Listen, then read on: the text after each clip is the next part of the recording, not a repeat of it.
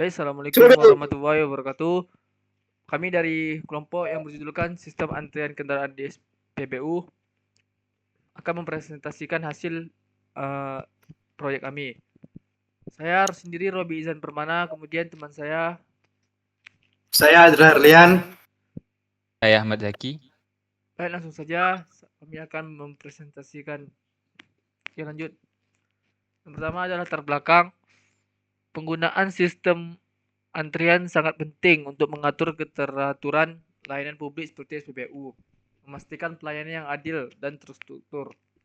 Nah, kemudian bagaimana membangun sistem antrian kendaraan di SPBU? Nah, kita akan mengimplementasikan konsep dalam studi kasus yang nyata, membangun simulasi yang efisien, dan memahami penerapan interface, polimorfisme, dan serta enkapsulasi. Nah, membangun sistem antrian dengan OOP. Pendekatan berorientasi objek, sistem antrian ini dibangun dengan mudah. Entitas nyata seperti kendaraan dan SPBU menjadi objek dalam program. Antrian kendaraan diatur dalam struktur data yang memungkinkan penambahan dan penghapusan secara berurutan. Objek mobil dan motor ditambahkan ke dalam daftar antrian, lalu dilayani satu persatu menggunakan metode khusus. Pendekatan ini memastikan modularitas dan efisiensi dalam pengelolaan antrian. Nah, penerapannya konsep OOP dalam sistem. Nah, yang pertama itu kelas untuk membagi struktur program ke dalam bagian modulator, kendaraan, mobil, motor, SPBU, dan main. Kemudian inheritance diterapkan dengan membuat kelas mobil dan motor, mewarisi dari kelas kendaraan.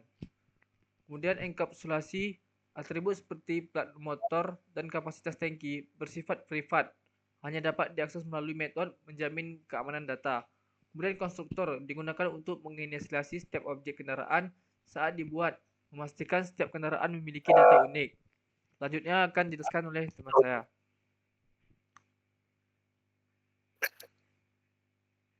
Baiklah, selanjutnya itu ada struktur kode kelas kendaraan, mobil, dan motor. Pertama-tama kita akan masuk ke kelas kendaraan dulu, di mana di sini kelas dasar untuk semua jenis kendaraan mendefinisikan atribut umum seperti plat nomor dan kapasitas tangki, serta metode dasar untuk informasi dan perhitungan biaya. Di sini ada contoh codingannya. Kemudian kita masuk ke kelas mobil, yang dimana mewarisi dari kendaraan mengimplementasikan perhitungan biaya khusus untuk mobil, seperti contohnya 13.500 per liter, dan menampilkan informasi spesifik mobil.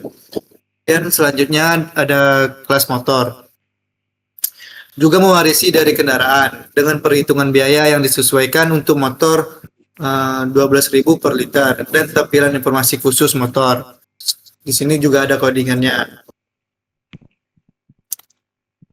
Selanjutnya yaitu ada implementasi kelas SPBU dan main.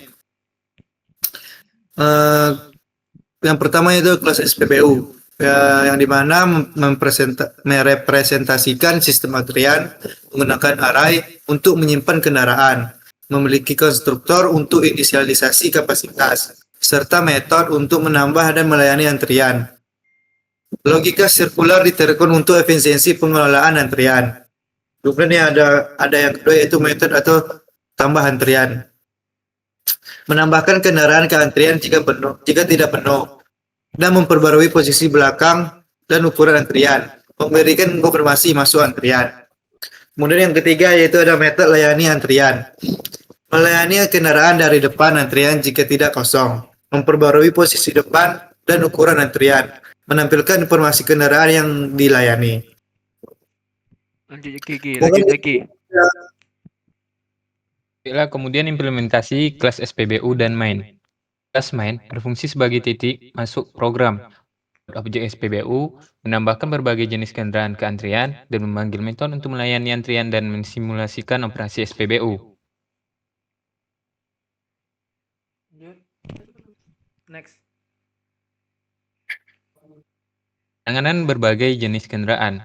Untuk kelas mobil, mewarisi dari kendaraan, kemudian memiliki implementasi hitung biaya yang spesifik untuk mobil, yaitu seperti harga 13.000 per liter. Kemudian untuk kelas motor, mewarisi dari kendaraan dengan implementasi biaya, hitung biaya yang berbeda untuk motor, yaitu 12.000 per liter. Kemudian polimer PIS memungkinkan sistem menganalisis jenis kendaraan melalui kelas mobil dan motor. Ini memungkinkan perhitungan biaya layanan disesuaikan tanpa menulis ulang logika secara terpisah, menunjukkan fleksibilitas OOP. Next. Next. Kemudian kesimpulannya adalah yang pertama ada efisiensi operasional, yang mana meningkatkan efisiensi di pelayanan publik seperti SPBU, melakukan memulai simulasi terstruktur. Kemudian yang kedua ada fleksibilitas dan keamanan. Inheritance menghemat kode, enkapsulasi menjamin integritas data, dan polymorphis menangani berbagai jenis kendaraan. Kemudian yang ketiga, struktur modular, membagi program menjadi kelas, kendaraan, mobil, motor, dan SPBU, dan menyederhanakan dan memodularisasi proses bisnis. Baik. Kemudian, Udah. penerapan Udah, konsep. Baik, sekian dari kami.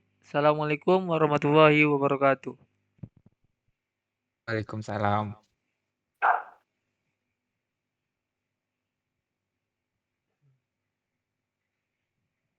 Potong-potong. Alah, orang belum selesai, Jo.